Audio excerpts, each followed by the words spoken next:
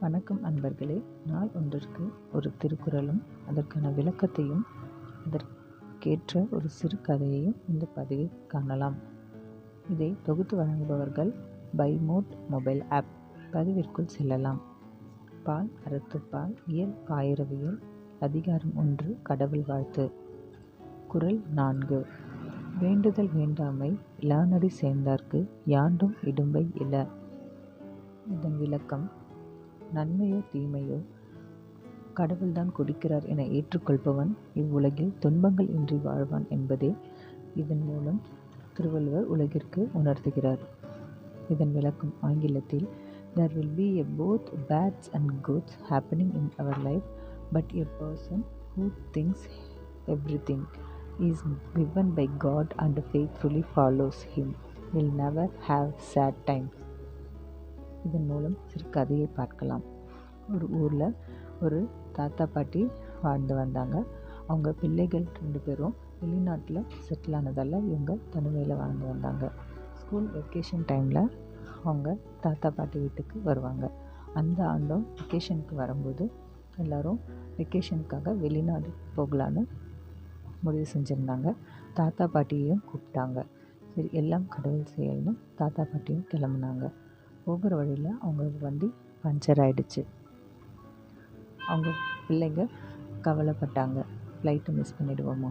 அதுக்கு தாத்தா சொன்னார், கவலைப்படாதீங்க, எல்லாம் கடவுள் செயல், ஏர்போர்ட்டுக்கு போக இன்னும் டைம் இருக்குது, கவலைப்படாதீங்கன்னு சொன்னாங்க. பஞ்சர் முடிச்சுட்டு கிளம்பி போயிட்டுருக்கும்போது அகைன் ஏர்போர்ட் போகிற வழியில் பயங்கர டிராஃபிக்காக இருந்தது. திரும்பவும் தாத்தா சொன்னாங்க, எல்லாம் கடவுள் செயல், நம்ம ஏர்போர்ட் வெளிநாட்டு போகணும்னு இருந்ததுன்னா நம்ம கண்டிப்பாக போவோம், கவலைப்படாதீங்கன்னு சொன்னாங்க. ஒரு வழியாக ஏர்போர்ட்டை ரீச் ஆகிட்டாங்க. செக்கிங்லாம் முடிஞ்சுட்டு ஃப்ளைட் ஏற இடத்துல வெயிட் பண்ணிட்டு இருந்தாங்க. அப்போது தாத்தாவால் வேகமாக நடந்து வராததால் அவர் மெதுவாக லேட்டாக வந்தார். அதனால் அவங்க ஃப்ளைட்டை மிஸ் பண்ணிட்டாங்க. இதனால் அவங்க வெளிநாடு ட்ரிப் போக முடியல. தாத்தா மேலே எல்லோரும் பயங்கர கோபத்தில் இருந்தாங்க.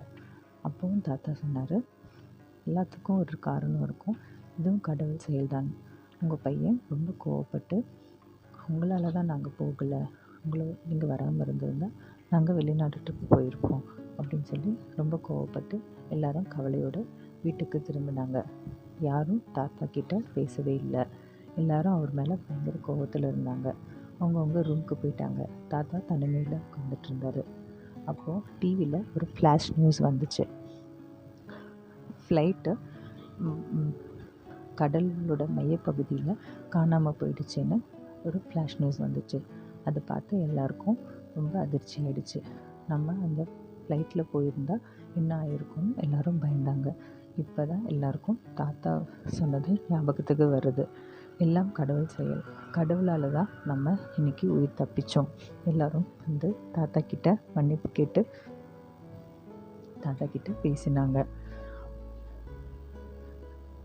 இதிலிருந்து நம்ம இந்த உலகிற்கு திருவள்ளுவர் சொல்வது, நன்மையோ தீமையோ கடவுள் முடிவு பண்ணுறது நம்ம ஏற்றுக்கணும். எது நடந்தாலும் அது நன்மைக்கு தான், அது கடவுள் செயல் தான் என்பதை இது குறள் மூலம் உலகிற்கு திருவள்ளுவர் உணர்த்துகிறார். தேங்க்ஸ் ஃபார் வாட்சிங். மீண்டும் அடுத்த பதிவில் சந்திக்கிறேன். நன்றி, வணக்கம்.